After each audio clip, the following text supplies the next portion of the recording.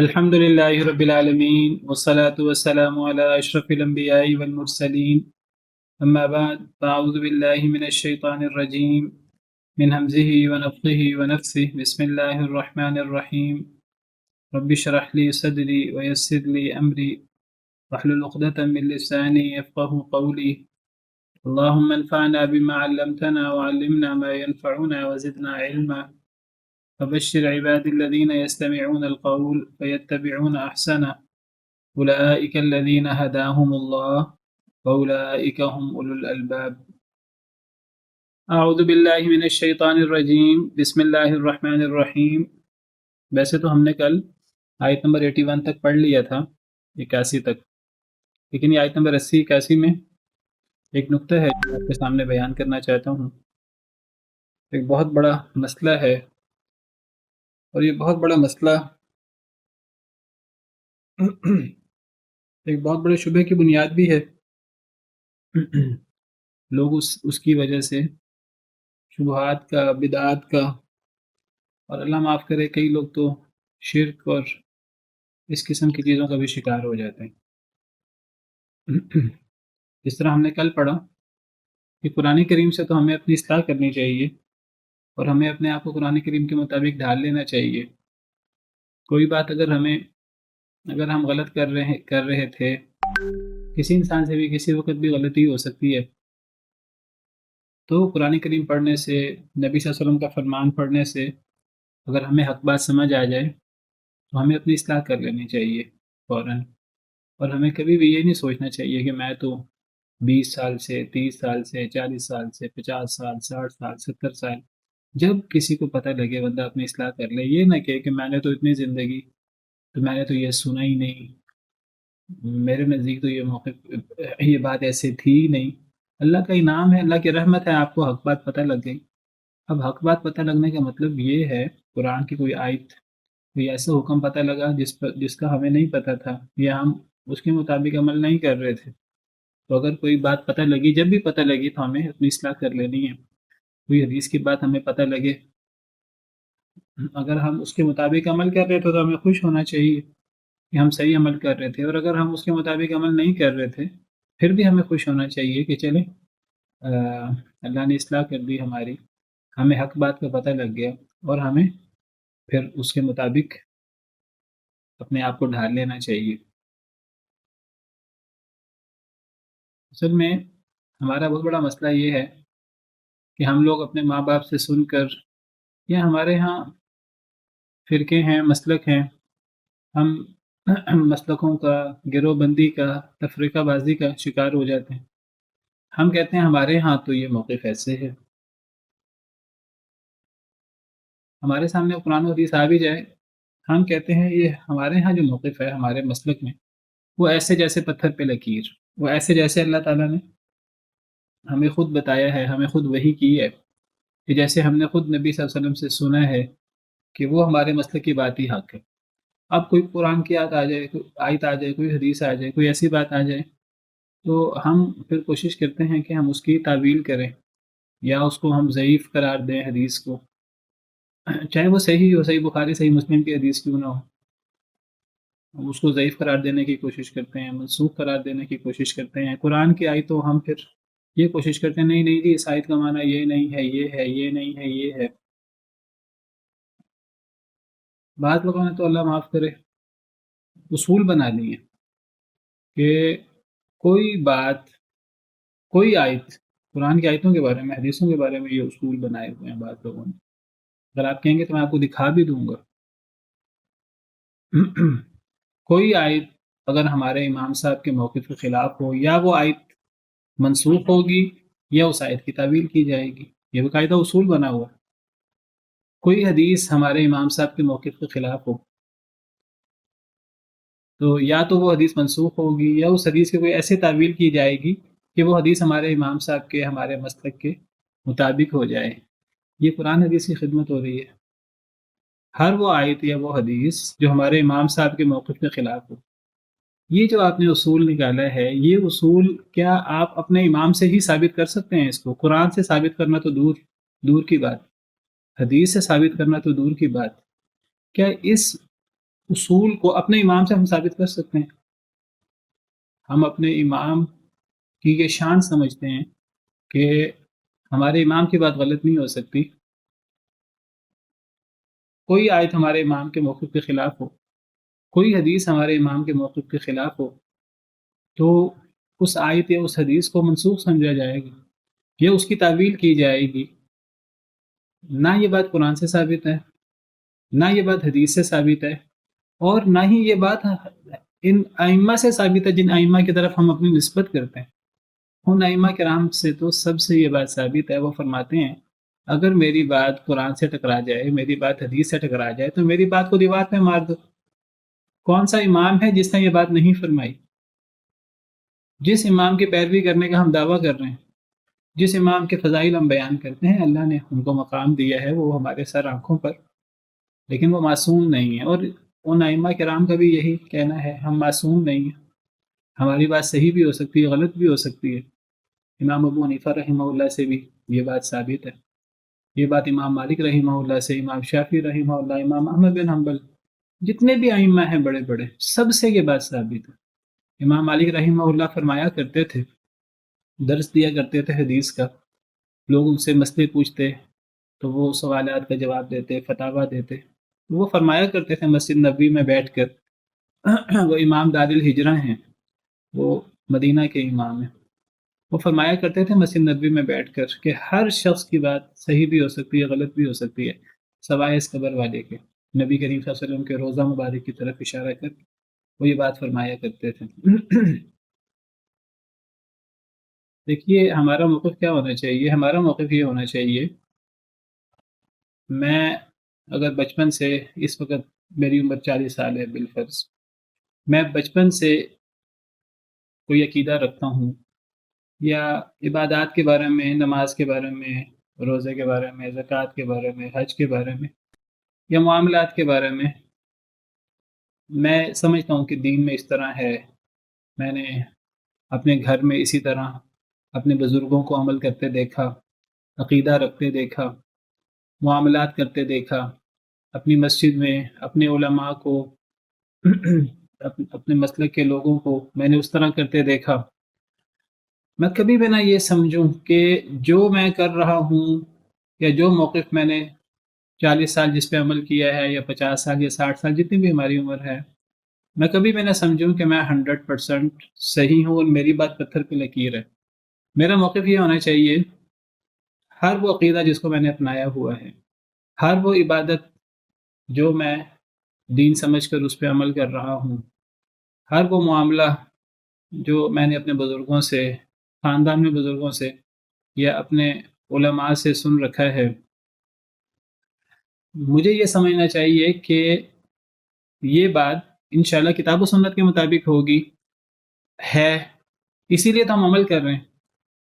اور میرا یہ عقیدہ ہونا چاہیے اگر کسی وقت مجھے کوئی قرآن کریم کی آیت ایسی مل جائے، کوئی حدیث مبارکہ ایسی مل جائے، وہ میرے عقیدہ یا میری عبادت کے طریقے یا میرا معاملات میں جو میں نے جس چیز کو اپنایا ہوا ہے، اگر اس کے خلاف ہوا تو میں فوراً اپنی بات کو چھوڑ دوں گا، اپنے عقیدے کو چھوڑ دوں گا، میں کتاب و سنت پر عمل کر لوں گا. میں اپنے موقع پر کتنا ہی مضبوط کیوں نہ ہوں، مجھے یہ عقیدہ رکھنا ہوگا. جس طرح دیکھیے ہمارے جو ائمہ کرام ہیں، دیکھیے ان کا عقیدہ، ان کا ایمان کتنا مضبوط تھا، کتنا زبردست انہوں نے ہمیں اسوہ پیش کیا. میں نے کہا سارے ائمہ کرام سے یہ بات ثابت ہے. دیکھیں ہر امام کا ایک موقف ہے، ہر مسئلے میں وہ اپنا موقف رکھتے ہیں، اس کے باوجود وہ کہتے ہیں میری بات کتاب و سنت کے خلاف ہو سکتی ہے، اور وہ کھلے عام دعویٰ کرتے ہیں. وہ کہتے ہیں کہ میری کوئی بات، کوئی عقیدہ، کوئی عبادت، کوئی معاملہ میرا کتاب و سنت کے خلاف ہوا، گویا کہ وہ کہہ رہے ہیں میری بات کتاب و سنت کے خلاف ہو سکتی ہے، ضروری نہیں میری ہر بات کتاب و سنت کے مطابق ہو.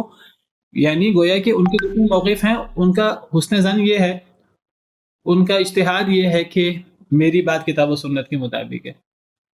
دیکھیے کتاب و سنت کی ہر نص ہر امام کے سامنے نہیں ہوتی ہمیشہ، اور اگر کوئی کسی مسئلے کی ساری آیات احادیث کسی امام کے سامنے بھی ہوں، ضروری نہیں ہے کہ ہر امام اس آیت سے، اس حدیث سے حق بات ہی سمجھے، یہ لازمی نہیں ہے. صحابہ کرام ہے، صحابہ کرام سے بڑھ کر کون ہوگا امت میں؟ صحابہ کرام کو ہر آیت ہر حدیث کا نہیں پتہ ہوتا تھا، بعض دفعہ پتہ ہوتا تھا لیکن انسان ہے، اس وقت وہ آیت ذہن میں نہیں آتی تھی، وہ حدیث ذہن میں نہیں آتی تھی، بعض دفعہ وہ حدیث سنی نہیں ہوتی تھی۔ سیدنا عمر رضی اللہ تعالی عنہ نبی صلی اللہ علیہ وسلم اللہ کے پاس چلے گئے۔ اب حضرت عمر سمجھ رہے تھے کہ نبی صلی اللہ علیہ وسلم فوت نہیں ہوئے، وہ ابھی اٹھیں گے اور ہمیں احکامات دیں گے، اور وہ فرما رہے تھے کہ یعنی بس اتنا ان پر، یعنی آپ سمجھیے کہ یہ بات ان پر مصیبت بن کے ٹوٹی کہ نبی صلی اللہ علیہ وسلم اللہ کے پاس جا چکے ہیں، تو وہ کہنے لگے جو بندہ یہ کہے گا نبی صلی اللہ علیہ وسلم فوت ہو گئے ہیں، میں اسے گردن اڑا دوں گا۔ کتنے وہ جذبات میں آئے سیدنا عمر، اتنی بڑی مصیبت تھی یہ بات صحابہ کرام کے لیے۔ ہم لوگ تو اس دن خوشیاں مناتے ہیں، جلوس نکالتے ہیں، اللہ معاف کرے۔ سیدنا انس کہتے ہیں کہ سب سے مدینہ میں سب سے خوشی کا دن وہ تھا جس دن نبی صلی اللہ علیہ وسلم تشریف لائے تھے ہجرت کر کے ہمارے پاس، اور سب سے سیاہ دن ہمارے لیے وہ تھا، سب سے غم والا دن وہ تھا جس دن نبی صلی اللہ علیہ وسلم فوت ہو گئے۔ تو سیدہ فاطمہ رضی اللہ تعالیٰ عنہ فرماتی ہیں کہ نبی صلی اللہ علیہ وسلم جس دن فوت ہوئے وہ دن ہمارے لیے ایسا تھا، کتنی مصیبتوں والا تھا کہ اگر یہ مصیبتیں دن پر پڑتی تو کچھ شعروں میں وہ اپنے غم کا اظہار کرتی ہیں، وہ فرماتی ہیں کہ یہ مصیبتیں اگر دنوں پر پڑتی تو دن رات بن جاتے۔ تو بہرحال سیدنا عمر فرما رہے تھے اس وقت جو کہے گا نبی صلی اللہ علیہ وسلم فوت ہو گیا میں گردن اس کی اڑا دوں گا، جذبات میں اور تکلیف میں وہ یہ بات کہہ رہے تھے۔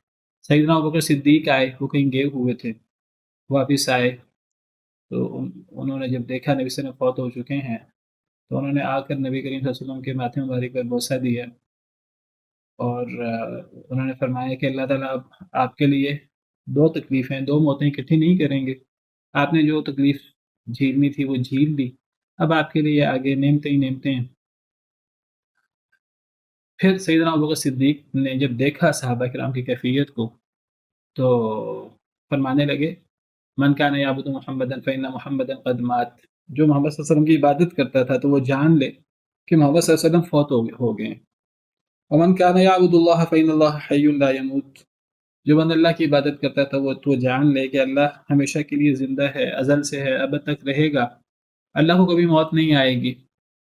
تو نبی صلی اللہ علیہ وسلم تو اللہ کے نمائندہ تھے، اللہ کے رسول تھے، اگر وہ چلے گئے ہیں تو ہمارا اللہ تو موجود ہے، تو ہم اللہ پر امید رکھتے ہوئے، اللہ سے صبر کرتے ہوئے، اللہ سے ثواب کی امید رکھتے ہوئے ہم اس تکلیف کو بھی برداشت کریں گے، ہمارا رب موجود ہے، ہمارا رب سے تعلق ختم نہیں ہوگا۔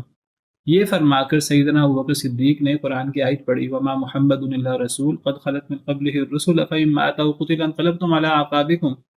سیدنا عمر کہتے ہیں کہ میں نے جب یہ آیت سنی مجھے لگا کہ یہ آیت آج ہی نازل ہوئی ہے، میں نے کبھی یہ آیت کریمہ کہتے ہیں میں پہلے پڑھتا تھا لیکن میں نے کبھی اس آیت کریمہ کو اس انداز سے نہیں لیا تھا جس انداز سے سیدنا ابوبکر صدیق نے یہ آیت کریمہ پیش کی۔ وہ کہنے لگے مجھے یہ لگا میں تو اپنے پاؤں پر کھڑا نہیں رہ سکا، میں تو حضرت عمر فرماتے ہیں اتنی کیفیت، حضرت ابو بکر نے جب خطاب کیا لوگوں کو حوصلہ دیا، لوگوں کو سمجھایا، حضرت عمر جیسا شخص وہ کہتے ہیں کہ مجھے لگا کہ یہ آیت تو پہلی دفعہ آج اتری ہے اور اس آیت کو اس پہلو سے میں آج پہلی مرتبہ سن رہا ہوں، کیونکہ اس آیت کریمہ میں نبی صلی اللہ علیہ وسلم کے بارے میں یہ بات موجود ہے کہ نبی صلی اللہ علیہ وسلم رسول ہیں، رسول سے بڑھ کر نہیں ہیں، اور آپ سے پہلے بہت سے رسول گزر چکے۔ افہم مات او قتل انقلبتم علی اعقابکم، کیا اگر نبی صلی اللہ علیہ وسلم فوت ہو گئے یا شہید کر دیے گئے تو تم اپنے قدموں پر پلٹ جاؤ گے، ومن ينقلب علی عاقبیہ، جو اپنے قدموں پر پلٹے فلن یضر اللہ شیئا، وہ اللہ کو نقصان نہیں دے سکے گا۔ تو یہ بھی ہو سکتا ہے کہ کسی بزرگ کے سامنے، کسی امام کے سامنے آیت موجود ہو، حدیث موجود ہو، لیکن اس کا وہ پہلو موجود نہ ہو جس سے دوسرا امام، دوسرا مجتہد استدلال کر رہا ہے، اور یہ بھی ہو سکتا ہے کہ وہ حدیث وہ موجود ہی نہ ہو، اس امام کے سامنے اس تک پہنچی نہ ہو۔ تو ائمہ کرام فرماتے ہیں کہ اگر میری بات کتاب و سنت کے خلاف ہوئی تو میری بات کو چھوڑ دینا، کتاب و سنت کو مان لینا، یہ بات ائمہ کرام تو فرماتے ہیں، یہ بات ہم ماننے کو تیار نہیں۔ ہم کہتے ہیں کہ ہمارے امام کی بات کے خلاف کوئی آیت آئے، کوئی حدیث آئے، ہم حدیث کو یا آیت کو منسوخ سمجھیں گے یا اس کی تعویل کر دیں گے، اور ہمارے امام کی بات وہ پتھر پہ لکیر ہے۔ اس سے بڑی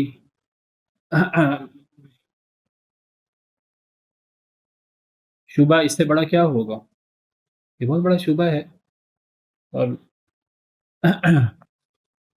بہت بڑا مسئلہ ہے، اس کو حل کرنا ضروری ہے۔ تو ہمارا ہر موقف قرآن و سنت کے مطابق ہونا چاہیے جب ہم اپنے آپ کو مسلمان کہتے ہیں۔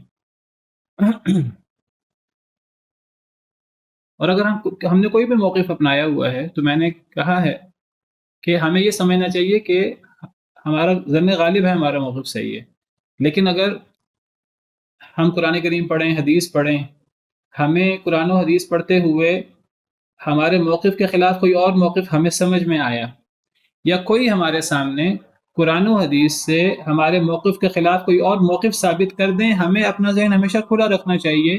ہم قرآن و حدیث کو مانیں گے، اپنے موقف کو چھوڑ دیں گے۔ ہمیں یہ بار بار اپنے آپ سے بھی یہ بات کہتے رہنی چاہیے، اور ہمیں کبھی کسی سے بات چیت ہو، ہمیں اس کے سامنے بھی بار بار اس بات کو باور کرانا چاہیے۔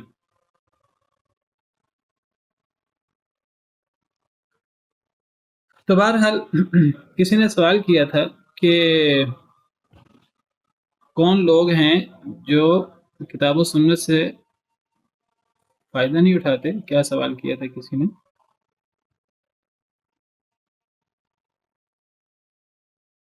استاد محترم، ہاں، جی،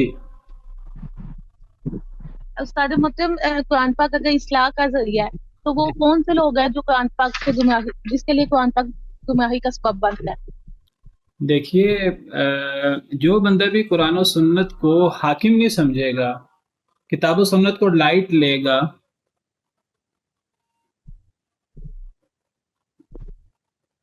تو قرآن ایسے لوگوں کو بھی گمراہ کر سکتا ہے۔ اصل میں قرآن تو گمراہ نہیں کرتا، حدیث تو گمراہ نہیں کرتی۔ اصل میں اللہ تعالیٰ دیکھتے ہیں کہ ایک شخص کتاب و سنت سے ہدایت حاصل کرتا ہے کہ نہیں کرتا۔ اگر ایک شخص کتاب و سنت سے ہدایت حاصل نہیں کرتا تو پھر اللہ تعالیٰ اس کے سینے کو کھولتے ہی نہیں ہے قرآن کے لیے، حدیث کے لیے، سزا کے طور پر۔ وہ قرآن کی آیت سنتا ہے، وہ دیکھتا ہے قرآن کی آیت میرے امام کے موقف کے خلاف ہے، صحیح حدیث سنتا ہے، وہ دیکھتا ہے یہ حدیث میرے مسلک کے خلاف ہے، تو وہ اس آیت سے، اس حدیث سے فائدہ اٹھانے کی بجائے، اس کے مطابق اپنی اصلاح کرنے کی بجائے وہ اپنے موقف پہ جمع رہتا ہے۔ تو ایسا شخص قرآن پڑھ کر، حدیث پڑھ کر، اس کو قرآن حدیث سے فائدہ تو نہ ہوا، قرآن و حدیث سے اس کی اصلاح تو نہ ہوئی۔ وہ تو قرآن و حدیث پڑھ کر جب اس کی تعویل کر دے گا، یا وہ منسوخ نہیں ہے اس کو منسوخ سمجھے گا، تو وہ قرآن و حدیث پڑھ کر بھی گمراہ ہی رہا۔ کیوں گمراہ ہوا؟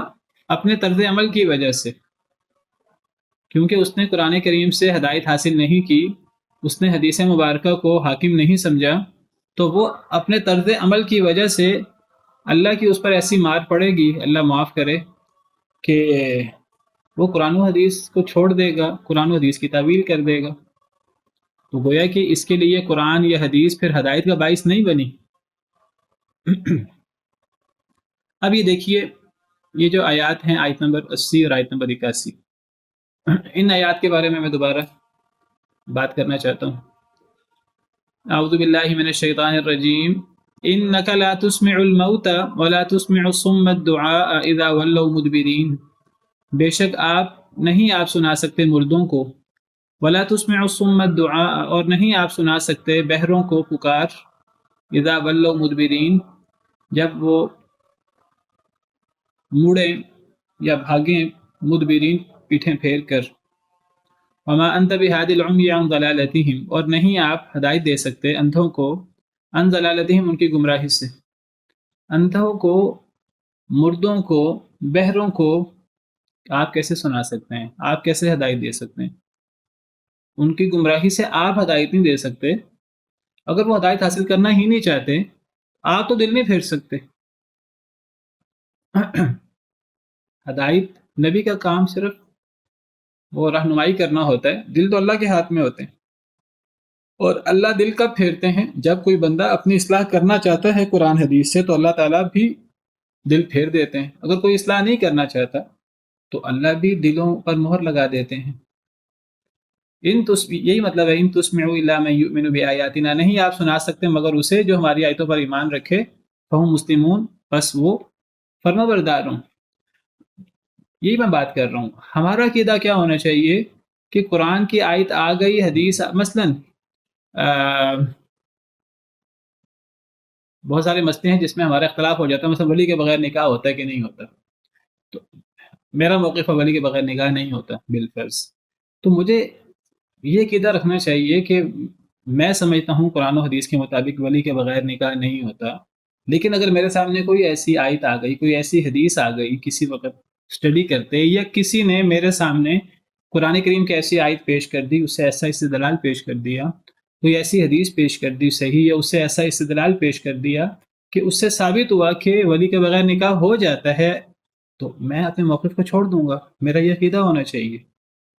مجھے ہر وقت کتاب و سنت سننے کے لیے اور کتاب و سنت کے مطابق اپنے آپ کو ڈھالنے کے لیے مجھے اپنے آپ کو تیار رکھنا چاہیے. ہاں، میں اپنا موقف کب تبدیل کروں گا؟ جب واقعی میرے سامنے ایسی آیت، ایسی حدیث آ گئی. میرا موقف ہے ولی کے بغیر نکاح نہیں ہوتا، کیونکہ نبی صلی اللہ علیہ وسلم کی واضح حدیث ہے. آپ نے فرمایا ایما امرأۃ نکحت بغیر اذن ولیہا فنکاحها باطل فنکاحها باطل فنکاحها باطل. 3 دفعہ آپ نے فرمایا، صحیح حدیث ہے. آپ نے فرمایا جو عورت بھی اپنا نکاح اپنے ولی کی اجازت کے بغیر کرتی ہے اس کا نکاح باطل ہے، اس کا نکاح باطل ہے، اس کا نکاح باطل ہے، کما قال علیہ الصلوۃ والسلام.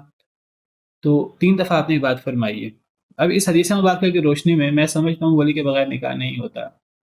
لیکن اگر کوئی ایسی آیت آ گئی، کوئی ایسی حدیث آ گئی، اس سے کچھ اور ثابت ہو رہا ہو، وہ آیت صحیح ہو، حدیث صحیح ہو،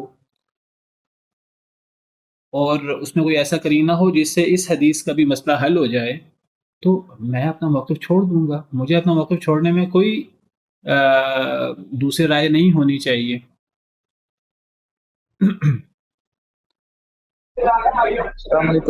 ہمیں ہر وقت قرآن و سنت سننے کے لیے اور قرآن و سنت کے مطابق عمل کرنے کے لیے اپنے آپ کو تیار رکھنا ہوگا. ہمیں یہ موقف رکھنا ہوگا کہ ہمیں ظن غالب یہ ہے ہمارا موقف کتاب و سنت کے مطابق ہے، اور اگر کسی وقت بھی میرے سامنے یہ ثابت ہوا میرا موقف کتاب و سنت کے مطابق نہیں ہے پوری طرح، کوئی مجھے ثابت کر دے میرا موقف کتاب و سنت کے خلاف ہے اور کتاب و سنت تو یہ کہہ رہے ہیں، تو مجھے ہر وقت اپنے آپ کو اس پر تیار رکھنا چاہیے کہ میں اپنا موقف چینج کر لوں گا.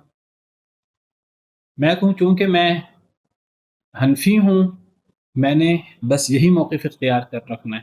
چونکہ میں اہل حدیث ہوں، میں نے یہی موقف رکھنا ہے.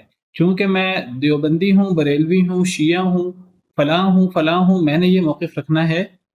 یہ تو کوئی بنیاد نہیں ہے. ہم سب کتاب و سنت کے پابند ہیں اور ہمیں کتاب و سنت کے مطابق اپنے آپ کو ڈھالنا ہے.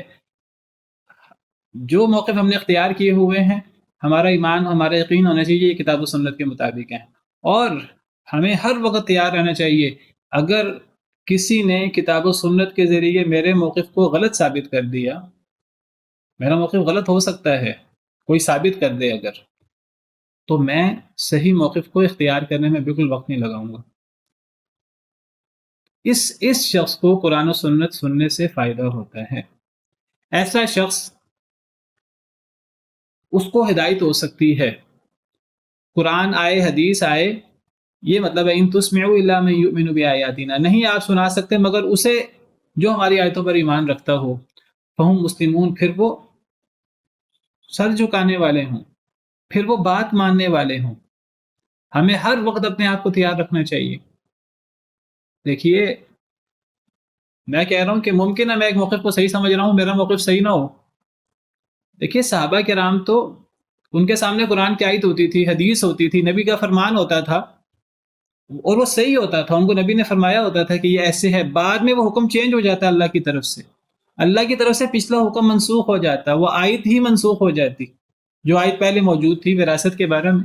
قرآن کریم کی آیت موجود ہے، وراثت کے احکام آپ پڑھ بھی رہے ہیں، تو قرآن کریم کی آیت موجود ہے، پہلے وراثت اس طرح نہیں ہوتی تھی جس طرح تفصیلی احکام ہے، پہلے مرنے والا وصیت کرتا تھا اپنے رشتہ داروں کے لیے۔ قرآن کی آیت ہے کتب علیکم اذا حضر احدکم الموت ان ترک خیرا الوصیۃ للوالدین والاقربین بالمعروف۔ صحابہ کرام اس پر عمل کرتے تھے۔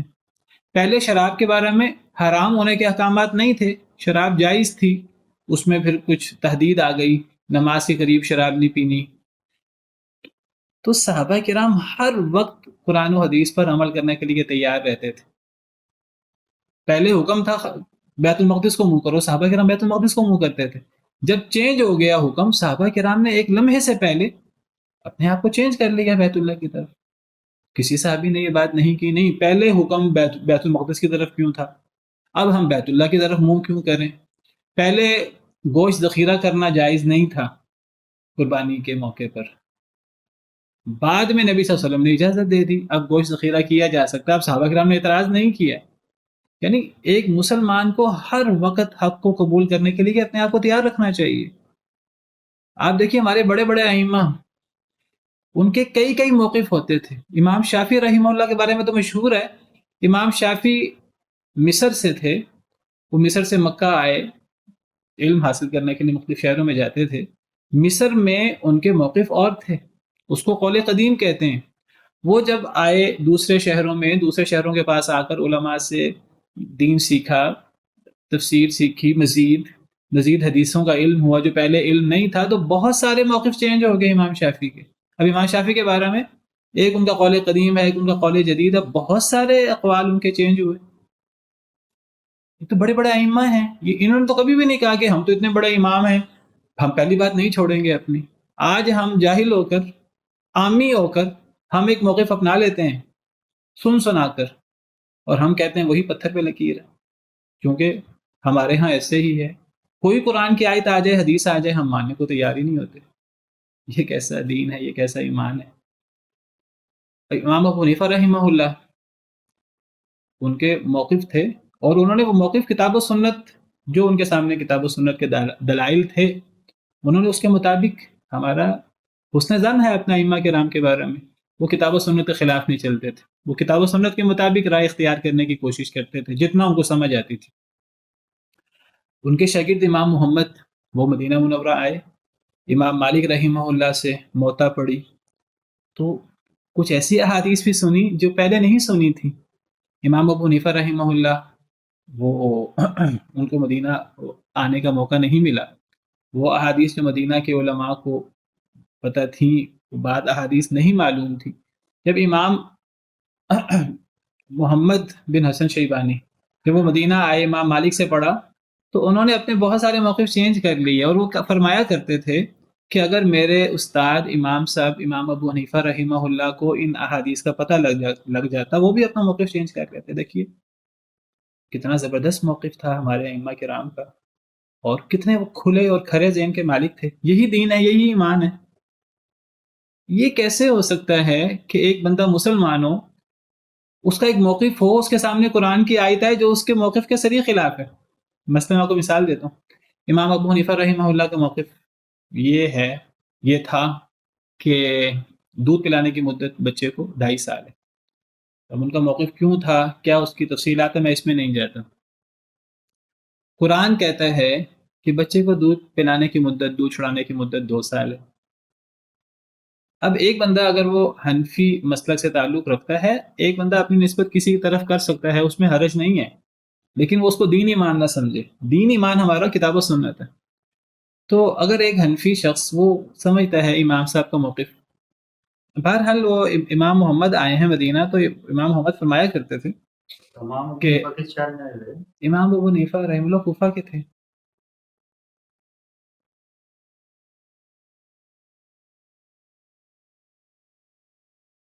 امام مالک مدینہ کے امام ہیں، ان کو امام دار الہجرہ کہا جاتا ہے۔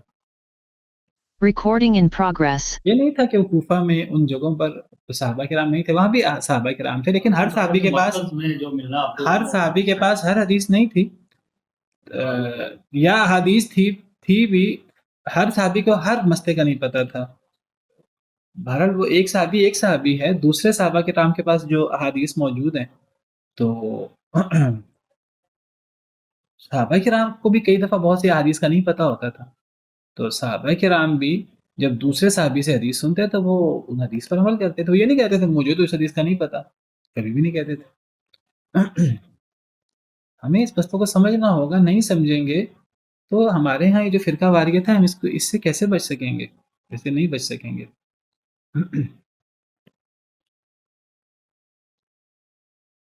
تو میں بات یہ کر رہا تھا کہ اب امام ابو حنیفہ رحمہ اللہ، ان کے نزدیک دودھ چھڑانے کی مدت 2.5 سال ہے۔ اب قرآن کی آیت ہے دودھ چھڑانے کی مدت 2 سال ہے، والوالدات یرضعن اولادہن حولین کاملین، مائیں اپنے بچوں کو 2 سال دودھ پلائیں، قرآن کہتا ہے۔ اسی طرح قرآن کی آیت ہے ووصینا الانسان بوالدیہ، ہم نے انسان کو اپنے والدین کے بارے میں حسن سلوک کی وصیت کی۔ حملتہ امہ وہنا علی وہن، اس کی ماں نے اس کو اٹھائے رکھا کمزوری پر کمزوری اٹھا کر اپنے پیٹ میں، یعنی وفصالہ فی عامین، اور اس کی دودھ چھڑانے کی مدت 2 سال ہے۔ یہ قرآن کی آیت ہے۔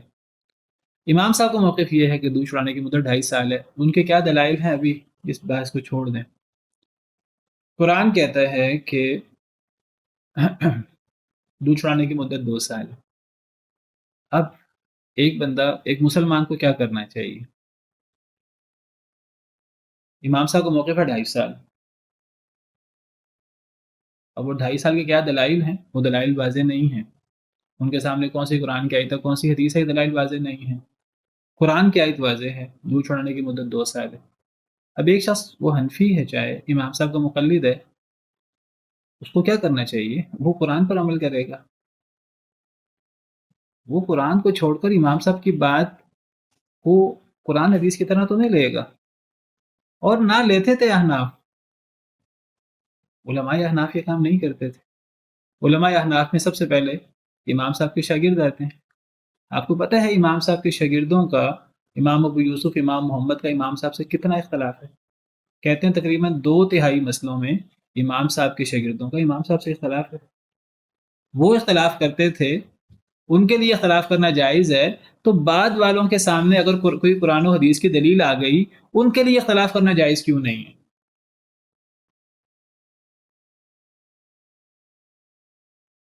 تو یہ مسئلہ بہت بڑا ہے، لیکن ہمارے ہاں یہ لوگوں نے اس کو زندگی موت کا مسئلہ بنا دیا، تقلید کو، تقلید شخصی۔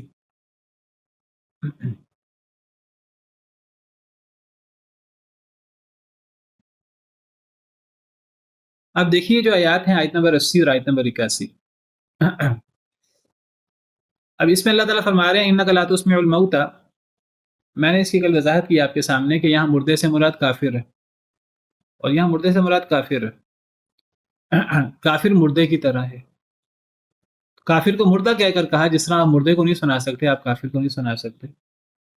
وَلَا تُسْمِعُ الصُّمَّ الدُّعَاءَ، آپ بہرے کو نہیں سنا سکتے پکار۔ یہاں سم سے مراد، بہرے سے مراد کون ہے؟ سیدھی سی بات ہے، کافر ہے۔ یہاں کافر کو بہرا کہا جا رہا ہے، خاص طور پہ جب وہ بھاگ بھی رہے ہوں پیٹ پھیر کر۔ پھر وَمَا أَنْتَ بِهَادِ الْعُمْيِ، آپ اندھوں کو ہدایت نہیں دے سکتے۔ یہاں اندھوں سے مراد کون ہے؟ کافر ہے۔ یہاں اللہ تعالیٰ نے کافر کو مردے کہہ کر، بہرے کہہ کر، اندھے کہہ کر یہ وضاحت کی ہے کہ وہ اپنے کانوں سے کام نہیں لے رہے، وہ بہروں کی طرح ہیں، اپنی آنکھوں سے کام نہیں لے رہے، وہ اندھوں کی طرح ہیں، وہ کتاب و سنت پر عمل کرنے کو، اپنے مقصد زندگی کو پہچاننے کو تیار نہیں ہے، وہ مردوں کی طرح ہیں، وہ زندہ ہیں ہی نہیں، اللہ ان کو مردہ کہہ رہے ہیں۔ اب یہ بات تو واضح ہے کہ آیت کا سیاق تو یہی ہے کہ یہاں کافر مراد ہے۔ کافر کو مردہ کہہ کر اللہ نے کہا کہ جس طرح مردہ نہیں سنتا، کافر بھی نہیں سنتا۔ اس سے ایک بات ثابت ہوئی، مردہ نہیں سنتا، اگرچہ یہاں مردہ کافر مراد ہے مردہ سے. اللہ کافر کو مردہ کہہ کر اللہ کہتے ہیں دیکھو کافر کے سامنے قرآن کی آیت پیش ہو، حدیث پیش ہو، کتنی زبردست دلیل پیش ہو، کافر سنتا ہی نہیں ہے. اے نبی آپ بھی کافر کو نہیں سنا سکتے کیونکہ کافر مردہ ہے. کیا مطلب اس کا ہوا؟ اس کا مطلب ہوا مردہ نہیں سنتا. اے نبی صلی اللہ علیہ وسلم جس طرح آپ مردوں کو نہیں سنا سکتے اس طرح آپ کافر کو بھی نہیں سنا سکتے، کافر تو مردوں کی طرح ہے. تو اس آیت کریمہ سے صراحت کے ساتھ یہ بات ثابت ہو رہی ہے مردے نہیں سنتے. نبی بھی مردوں کو نہیں سنا سکتے، بطور بشر نہیں سنا سکتے. ہاں اگر اللہ سنانا چاہیں کوئی معجزہ اللہ دکھانا چاہیں وہ ایک الگ چیز ہے. اب یہ آیت کریمہ اس مسئلے کے بارے میں نص کی حیثیت رکھتی. کوئی بندہ یہاں سے، اب کچھ لوگ کہتے ہیں قرآن کی واضح آیت ہے، کچھ لوگ کہتے ہیں نہیں مردے سن سکتے ہیں، ہم مردوں کو سنا سکتے ہیں. قرآن کی آیت کا کیا مطلب کریں گے؟ نہیں نہیں جی یہاں تو مردوں سے مراد کافر ہیں، کافر کو نہیں سنا سکتے مردوں کو سنا سکتے ہیں. بھائی تھوڑا سا غور کریں. اللہ تعالیٰ نبی کو کہہ رہے ہیں اے نبی صلی اللہ علیہ وسلم آپ کافر کو نہیں سنا سکتے، یہاں کافر ہی مراد ہے. دلیل کیا دے رہے ہیں اللہ یعنی کیسے اللہ بتا رہے ہیں کہ آپ مردوں کو نہیں سنا، کافر کو نہیں سنا سکتے. اللہ کہتے ہیں کافر، اللہ کافر کو مردہ کہہ کر اللہ کہہ رہے ہیں کافر مردوں کی طرح ہیں. تو یہ کافر نہیں سنتے کیا مطلب؟ یعنی ثابت وہ مردے نہیں سنتے تو اللہ کافروں کو مردہ کہہ کر اللہ فرما رہے ہیں جس طرح مردے نہیں سنتے کافر بھی نہیں سنتے. آپ کی بات یہ نص ہے آیت اس بارے میں مردے نہیں سنتے. یہ اصول ہے. یہ بات قرآن میں ایک جگہ نہیں، قرآن میں کئی جگہ پر ہے اسی الفاظ کے ساتھ. ہاں وہاں آپ کہہ سکتے ہیں وہاں مردوں سے مراد کافر ہیں، ٹھیک ہے، یہ دو جگہ قرآن کی آیت ہے اسی طرح ہی. اب اب اصل اصول کیا ہے؟ اصل اصول یہ اس آیت سے ثابت ہوا بطور نص کہ مردے نہیں سنتے. نبی بھی مردے کو نہیں سنا سکتے، نبی بھی بطور بشر مردوں کو نہیں سنا سکتے. ہاں اگر اللہ نبی کی بات مردے کو سنانا چاہے اللہ تو سب کچھ کر سکتے ہیں، نبی بطور بشر نبی بھی نہیں سنا سکتے مردوں کو. کافروں کو نہیں سنا سکتے، کافروں کو مردہ کہا تو جس طرح مردے نہیں سنتے یہ بالکل ایسے جیسے اللہ کہہ رہے ہیں کہ یہ کافر بہروں کی طرح ہیں، آپ بہروں کو نہیں سنا سکتے. اس سے کیا یہ ثابت نہیں ہوتا بہرا نہیں سنتا؟ کوئی بندہ کہ نہیں نہیں جی اس سے تو یہ ثابت نہیں ہوتا بہرا نہیں سنتا، یہاں تو سن کافر کو کہا گیا ہے. نہیں، کافر کو بہرا کہہ کر یہ بتایا گیا ہے کہ یہ کافر بہروں کی طرح ہے، جس طرح بہرے نہیں سنتے اس طرح کافر بھی بہرے کی طرح ہے، وہ بھی نہیں سنتا.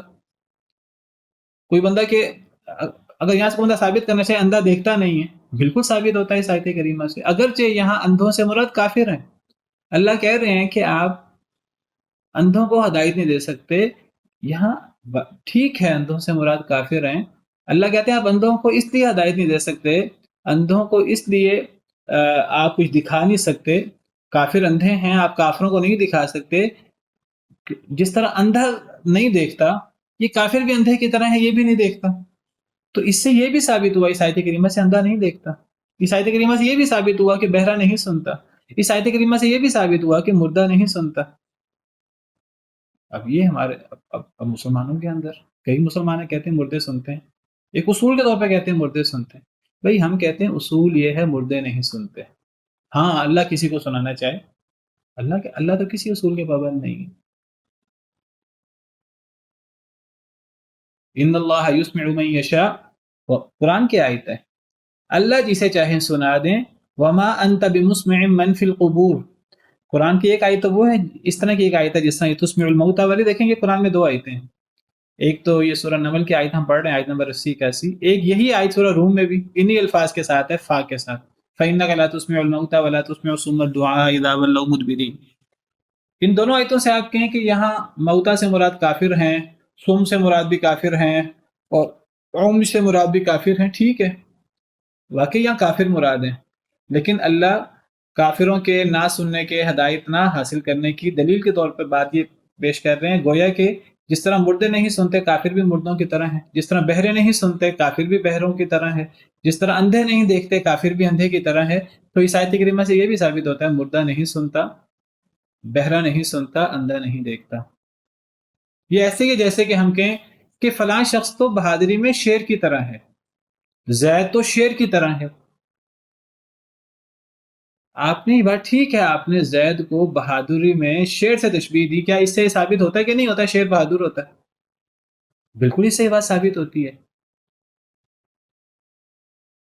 تو لوگ اس بحث میں ادھر آتے ہیں کہ نہیں نہیں، یہاں تو اصل میں مردے کی بات ہی نہیں ہو رہی، یہاں تو کافر کی بات ہو رہی ہے. چلیں میں قرآن کی آپ کو ایسی آیت پیش کر دیتا ہوں جس میں مردے کی بات ہو رہی ہے، وہاں کافر کی بات نہیں ہو رہی. قرآن کی آیت پیش کر دیتا ہوں.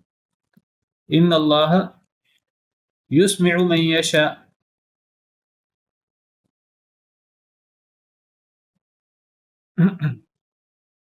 وما يستوي الاحیاء ولا الاموات ان اللہ یسمع من یشاء، اللہ جسے چاہے سنا دے. وما انت بمسمع من فی القبور، اور نہیں آپ سنا سکتے من فی القبور، اسے جو قبر میں ہے. اب قبر میں ہے سے مراد یہاں تو اب مردہ ہی مراد ہوگا نا. اگرچہ اس آیت کا سیاق بھی کافی ہی ہے ویسے، لیکن یہاں تو باقاعدہ قبر والے کی بات آ گئی. اللہ جسے چاہیں سنا دیں. اے نبی صلی اللہ علیہ وسلم، آپ تو قبر والے کو نہیں سنا سکتے، بطور بشر آپ نہیں سنا سکتے. ہاں اللہ جسے چاہے سنا دے. اصول کیا پتہ لگا کہ قبر والا نہیں سنتا. ہاں اللہ جسے چاہے سنا دے. جنگ بدر کے بعد نبی صلی اللہ علیہ وسلم نے جا کر احادیث مبارکہ سے پتہ لگتا ہے کہ جو کافروں کے بڑے بڑے سردار مردار تھے ان کو ایک کنویں میں ڈال دیا گیا. پھر نبی صلی اللہ علیہ وسلم نے ان سے خطاب فرمایا حدیث مبارکہ میں، اور نبی صلی اللہ علیہ وسلم نے ان سے فرمایا کہ میں تمہیں کہا کرتا تھا، ہم نے کل پڑھا کہ وہ کہتے تھے کہ یہ عذاب کے وعدے پورے کیوں نہیں ہوتے، یہ عذاب کب آئے گا، عذاب کیوں نہیں آتا، مذاق اڑاتے تھے. تو نبی صلی اللہ علیہ وسلم نے جا کر انہیں خطاب کیا ان کے جہنم واصل ہونے کے بعد، انہیں جہنم بدر کے کنویں میں پھینکنے کے بعد جو مارے گئے جنگ بدر میں. تو نبی صلی اللہ علیہ وسلم سے خطاب فرمایا جا کر کہا کہ دیکھو میں تمہیں کہتا تھا اپنی اصلاح کر لو، اللہ پر ایمان لے آؤ، نہیں ایمان لاؤ گے تو اللہ کی طرف سے عذاب آئے گا. اللہ کا وعدہ تھا کہ اللہ ایمان والوں کو فتح دیں گے، اللہ کا وعدہ تھا کہ اللہ جو اللہ کی بات نہیں مانے گا اللہ اسے ذلیل کریں گے. تو نبی صلی اللہ علیہ وسلم نے فرمایا کہ دیکھو اب اللہ کے وعدے پورے ہوئے کہ نہیں ہوئے، اللہ نے ہم مسلمانوں کو تم پر فتح دی کہ نہیں دی، اللہ نے تمہیں ذلیل کیا کہ نہیں کیا، اللہ نے جو تم سے وعدہ کیا تھا وعدہ پورا ہوا کہ نہیں ہوا، ذلت کا، رسوائی کا، شکست کا. جو اللہ نے ہم سے وعدہ کیا تھا وہ پورا ہوا، جو اللہ نے تم سے فتح کا، جو اللہ نے تم سے وعدہ کیا تھا پورا ہوا کہ نہیں ہوا. حضرت عمر کہتے ہیں اللہ کے رسول آپ کن سے خطاب کر رہے ہیں، آپ کن سے بات کر رہے ہیں، یہ تو مردہ ہیں، یہ تو نہیں سنتے. تو نبی صلی اللہ علیہ وسلم نے فرمایا کہ یہ اس وقت سن رہے ہیں میری بات کو. کیوں وہ بات نبی صلی اللہ علیہ وسلم کی سن رہے تھے؟ اس لیے ان اللہ یسمع من یشاء، اللہ جسے چاہیں سنا دیں. اللہ سنا رہا تھا نبی کی بات ان کو. عام اصول یہ ہے کہ مردے نہیں سنتے، اس وقت اللہ سنا رہے تھے نبی صلی اللہ علیہ وسلم کو، نبی صلی اللہ علیہ وسلم کی بات ان کفار کو، اللہ جسے چاہیں سنا دیں. اب اصل اصول یہ وہ مردے نہیں سنتے الا یہ کہ اللہ سنائیں. اب بعض احادیث مبارکہ سے پتہ لگتا ہے کہ مردہ قدموں کی چاپ سنتا ہے. اب یہ حدیث ہے اور صحیح حدیث ہے. تو اس سے ہمارا ایمان یہ ہے کہ مردہ قدموں کی چاپ سنتا ہے. جب لوگ واپس جاتے ہیں دفنا کر تو اس پر مردہ قبر میں پریشان ہو جاتا ہے. اس کے ساتھ اس کا رشتہ دار، اس کے مال، اس کے عمل اس کے ساتھ آتے ہیں. عمل قبر میں ساتھ رہ جاتا ہے، مال بھی واپس چلا جاتا ہے، رشتہ دار بھی واپس چلے جاتے ہیں، مشہور حدیث ہے. اب وہ جو قبر والا ہے وہ رشتہ داروں کی دفنانے کے لیے آنے والوں کی وہ جب وہ واپس جاتے ہیں قدموں کی چاپ سنتا ہے. اب وہ پریشان ہے کہ اب میرا والی وارث کون ہوا، میری مدد کون کرے گا یہ اندھیرے اور قبر کے. اور تو اب وہاں اس کو فائدہ پہنچانے والی ایک ہی چیز ہے، اس کے اعمال. وہ واپس جاتے ہوئے لوگوں کی قدموں کی چاپ سنتا ہے. حدیث مبارک ہے، ہمارا ایمان ہے وہ قدموں کی چاپ سنتا ہے.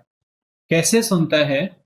کہ قدموں کی چاپ تو بہت ہلکی ہوتی ہے، وہ ٹنوں مٹی کے نیچے وہ قدموں کی چاپ اللہ سنا دیتے ہیں اس کو. ویسے آپ مردے سے بات کریں مردہ نہیں سنے گا، کیونکہ قرآن کا اصول ہے انک لا تسمع الموتى، آپ مردوں کو نہیں سنا سکتے.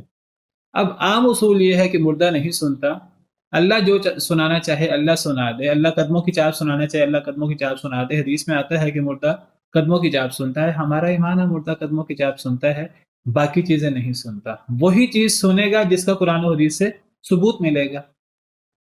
اب لوگ کیا کہتے ہیں؟ لوگ کہتے ہیں نہیں نہیں مردہ سنتا ہے. وہ کیا کہتے ہیں؟ وہ کہتے ہیں جی قبروں میں جو بزرگ ہیں ان کے سامنے حاجات پیش کی جائیں، ان سے دعائیں کی جائیں تو وہ نہ صرف ہماری حاجتیں سنتے ہیں، نبی ولی نہ صرف ہماری حاجتیں سنتے ہیں، ہماری زبان سمجھتے ہیں، بلکہ وہ ہماری حاجتیں پوری کرنے پر بھی قادر ہیں۔ لوگوں نے پہلے ایک غلط عقیدہ بنایا قرآن کے خلاف، پھر اس رائی پر پہاڑ کھڑا کر دیا۔ شرک و بدعات، خرافات، یہ سارا جو مزاروں کا سسٹم، یہ سارا قبروں کا اور ہمارے ہاں جو نظام ہے، مزارات اور خرافات، شرکیات، بدعات، یہ ساری شروع ہو گئی۔ قرآن کی صریح آیت ہے، اب لوگ اس کو ماننے کو تیار نہیں، اب لوگ تعویلیں کرتے ہیں۔ نہیں نہیں، یہ تو کفار کے بارے میں آیت ہے، کفار کو نہیں سنا سکتے آپ قبر والے کو تو سنا سکتے ہیں۔ بھئی اللہ کفار، ٹھیک ہے یہاں کفار مراد ہیں، اللہ کہتے ہیں کفار مردوں کی طرح ہے، جس طرح مردہ نہیں سنتا، جس طرح نبی آپ مردوں کو نہیں سنا سکتے، آپ کفار کو بھی نہیں سنا سکتے۔ ثابت ہوا کہ مردوں کو نہیں سنایا جا سکتا، اللہ چاہے تو سنا دے۔ ابھی اتنا بڑا اصول قرآن سے ثابت ہو رہا ہے، اور کتنی آیتیں ہیں قرآن کی، کوئی ماننے کو تیار نہیں۔ ایک غلط استدلال کیے اور غلط استدلال کر کے اصول بنا لیا مردہ سنتا ہے۔ میں تو کہتا ہوں اگر وہ زندہ بھی ہو قبر کے اندر، وہ دنیاوی اعتبار سے فوت ہو چکا ہوتا ہے، برزخی زندگی ہوتی ہے اس کی، قبر کا عذاب، قبر کی نعمتیں، وہ ساری وہاں ہو رہی ہوتی ہیں۔ دنیا کے اعتبار سے وہ فوت ہو چکا ہے، دنیا کے اعتبار سے وہ دنیا والوں کی کوئی چیز نہیں سنتا۔ ہاں کوئی چیز اللہ سنانا چاہیں، اصل اصول یہ وہ نہیں سنتا، اللہ کوئی چیز سنانا چاہیں اللہ سنا دیتے ہیں اس کو، دنیا والوں کی بات، ورنہ وہ نہیں سنتا۔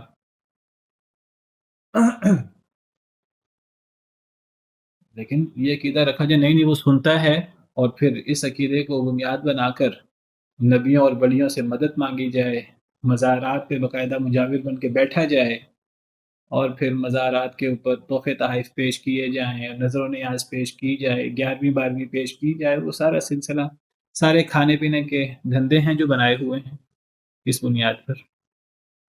اور اللہ رسول سے محبت کے دعوے ہیں، عشق کے دعوے ہیں، سب سے زیادہ محبت بھی ہم ہی کرتے ہیں۔ تو یہ اصلاح ہمیں قرآن و حدیث سے کرنی ہوگی۔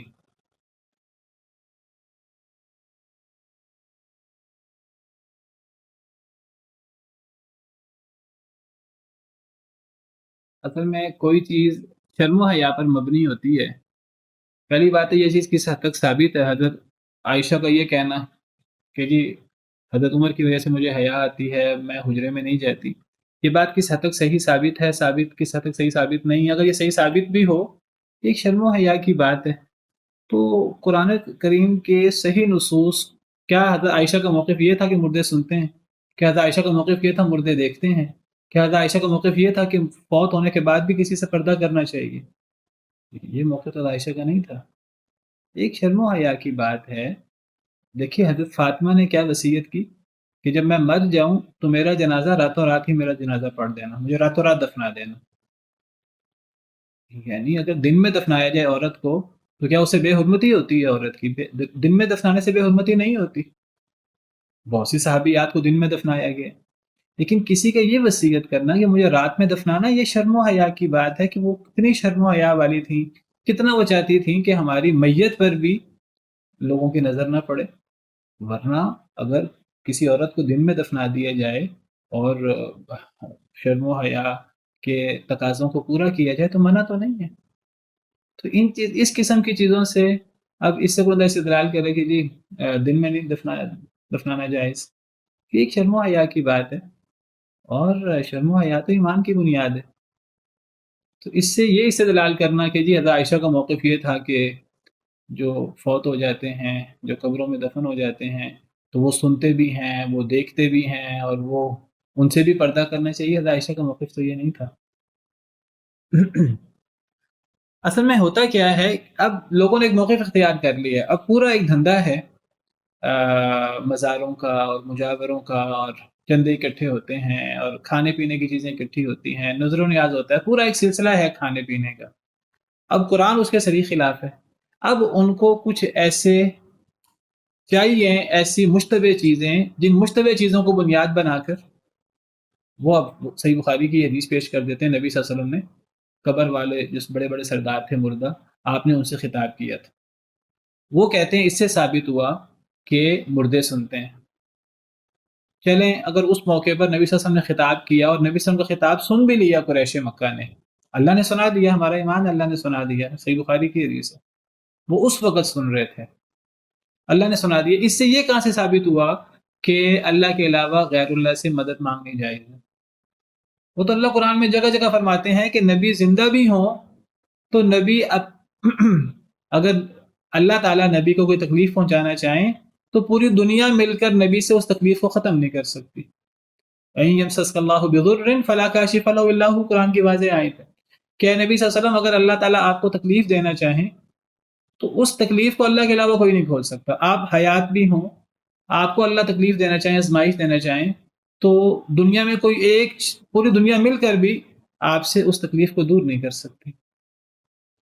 نبی اپنی زندگی میں اپنے آپ کو مشکل سے بچانے پر قادر نہیں تھے, آزمائش سے بچانے پر قادر نہیں تھے, تو آپ فوت ہونے کے بعد, قبر میں جانے کے بعد آپ کیسے اس قابل ہو گئے کہ آپ اپنی مدد کر سکیں, دوسروں کی مدد کر سکیں؟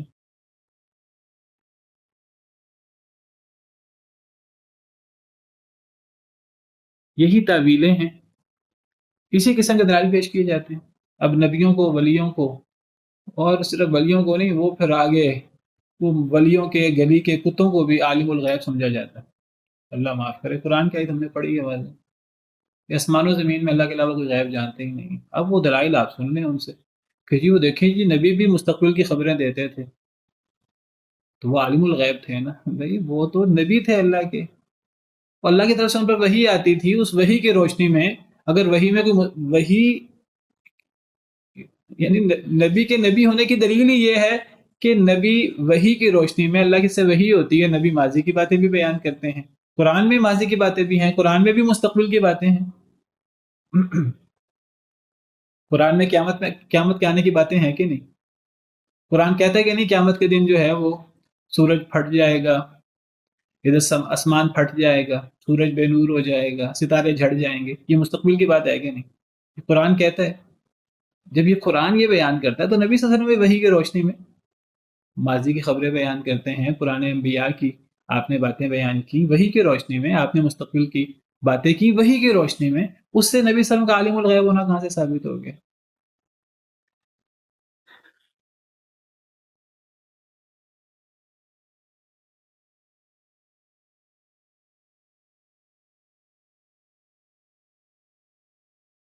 بہرحال یہ مسئلہ کہ مردے نہیں سنتے, اصل اصول یہی ہے, مردے نہیں سنتے.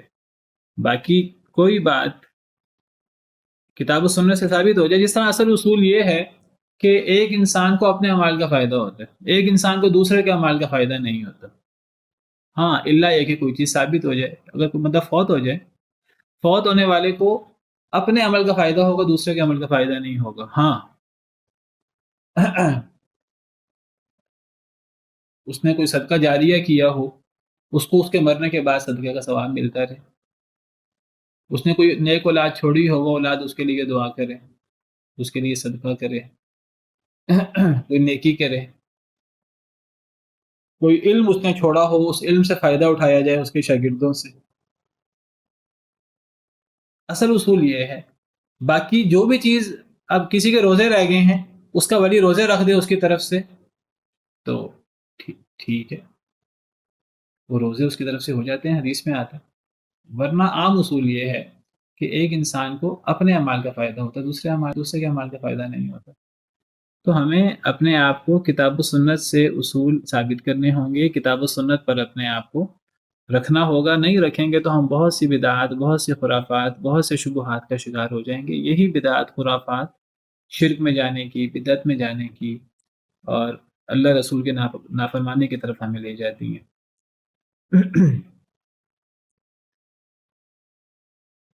جی میں اسائنمنٹ کے ٹاپک دے دیتا ہوں انشاءاللہ.